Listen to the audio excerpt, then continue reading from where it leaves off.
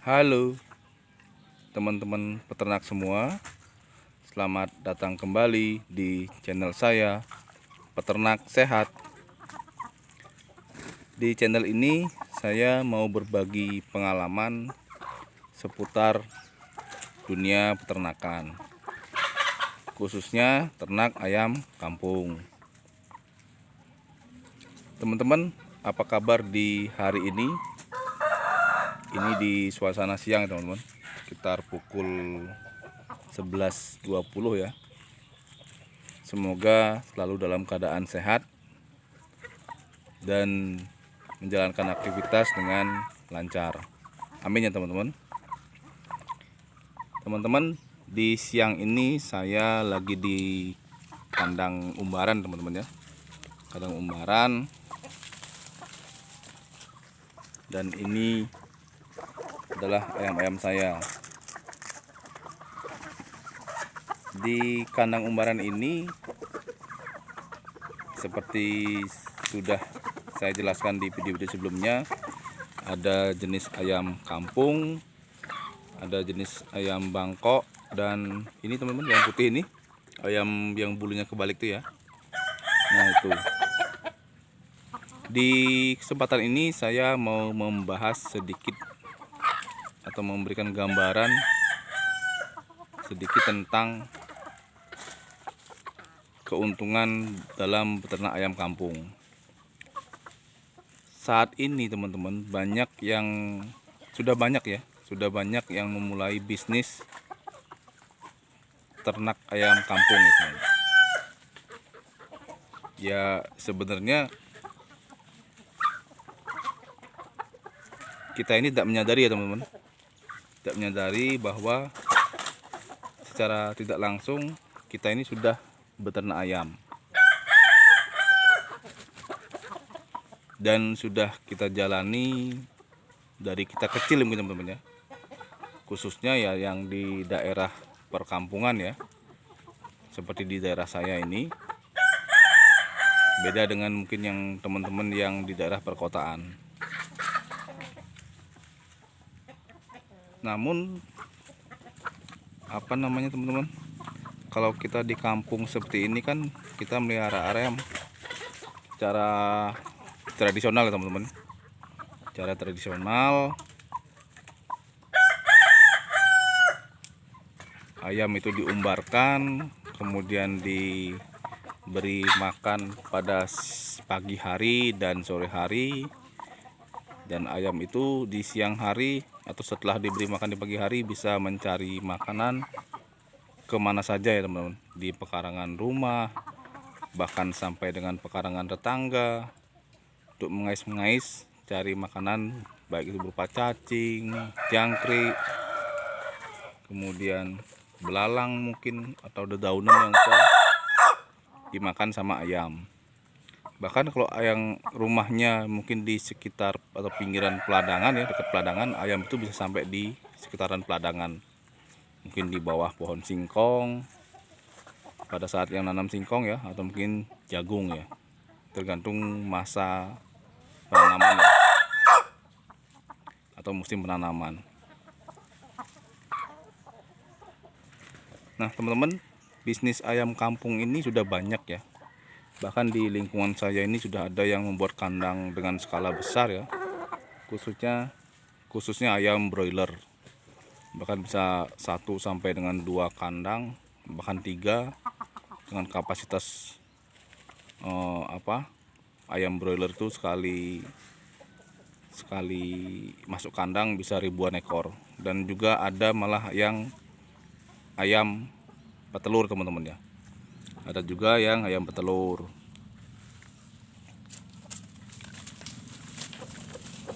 Sambil saya kasih makan teman-teman, jagung ya, hanya hiburan. Nah ini ada daun-daunan ya yang saya cabut di sekitaran pekarangan saya taruh aja sini supaya si ayam bisa makan. Teman-teman, sebelum lanjut ke sana ya, terima kasih buat teman-teman yang sudah subscribe channel saya, Peternak Sehat. Buat teman-teman yang belum subscribe, semoga berlanjut subscribe. dengan cara klik tombol subscribe-nya yang berada di pojok kanan bawah ya di video ini. Kemudian like, komen, serta share ke teman-teman peternak lain supaya mereka juga tahu pembahasan di video kali ini.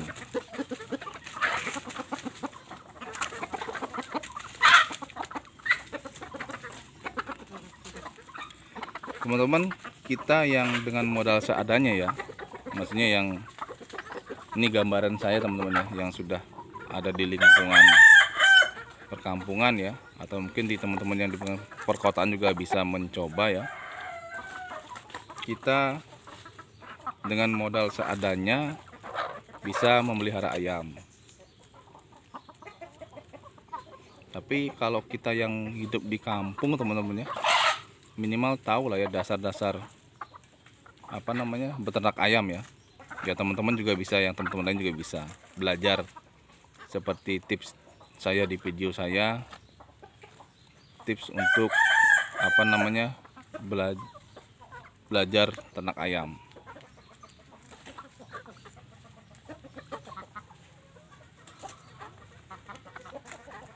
Nah, dalam hal ini saya khususnya ya mengkhususkan untuk ternak ayam kampung ya teman-teman. Kemudian apa sih keuntungannya kalau kita ternak ayam kampung? Yang pertama, kita itu memiliki target ya, atau target pasar yang luas. Maksudnya adalah minat untuk konsumsi ayam kampung teman-teman sangat tinggi ya. Ya memang ada juga minat untuk ayam seperti ayam broiler itu, tapi minat untuk ayam kampung juga termasuk tinggi teman-teman ya. Di lingkungan saya juga seperti itu. Nah, yang pertama ini target pasar luas.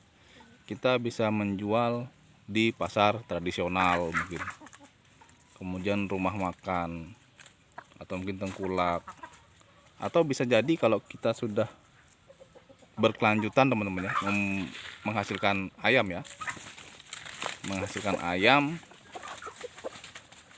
bisa jadi si pembeli itu datang sendiri ke kita. Kemudian yang kedua adalah harga yang relatif stabil teman-teman ya. Saya bilang sih memang sih ada naik turun teman-teman ya, tapi kalau di daerah saya paling murah itu sampai saat ini teman-teman, paling 35.000 per kilo teman-teman. Jadi harga turun pun tidak terlalu anjlok. Kemudian harga pasti tergantung daerahnya teman-teman ya, daerah mana, dan itu tergantung minat dari pasar teman-teman ya, atau pembeli. Kemudian harga itu bisa naik pada saat hari raya ya teman-teman. Nah disitulah hari raya atau mungkin tahun baru, kita sebagai peternak seharusnya bisa atau pintar-pintar untuk mensiasati itu teman-teman. Jadi buat teman-teman yang misalnya langsung dari DOC, perkirakan misalnya pada saat mau hari raya ayam tersebut sudah bisa dipanen atau dijual. Kemudian masa yang ketiga adalah masa panen yang cepat. Nah di sini teman-teman, masa panen yang cepat itu tergantung ayam apa yang dipelihara. Kalau dari indukan ya termasuk lama ya teman-teman. Ini maksud saya masa panen yang tepat adalah dari DOC teman-teman. Atau mungkin yang punya indukan anakannya itu ya teman-teman, dari anakan bisa.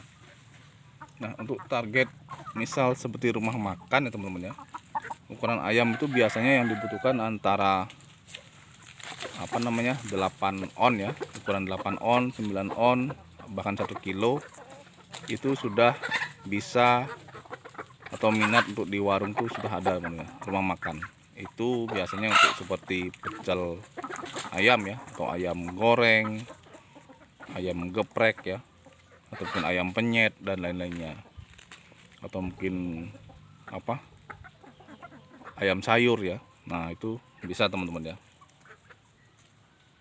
Kemudian nah ini teman-teman, pintar-pintar lihat minat pasar. Pasar di lingkungan saya sama pasar di lingkungan teman-teman mungkin beda. Maksud saya peminatnya teman-teman. Peminat pasar ini beda-beda. Ada yang minat pasarnya lebih cenderung ke ayam kampung, ada yang cenderung ke ayam joper mungkin, atau mungkin ayam pejantan mungkin. Nah tergantung minat pasar teman-teman. Jangan teman-teman memelihara ayam tapi tidak tahu minat pasar ayam itu ayam apa yang dibutuhkan. Misalnya ayam yang dibutuhkan adalah ayam kampung, tapi teman-teman malah melihara ayam joper misalnya.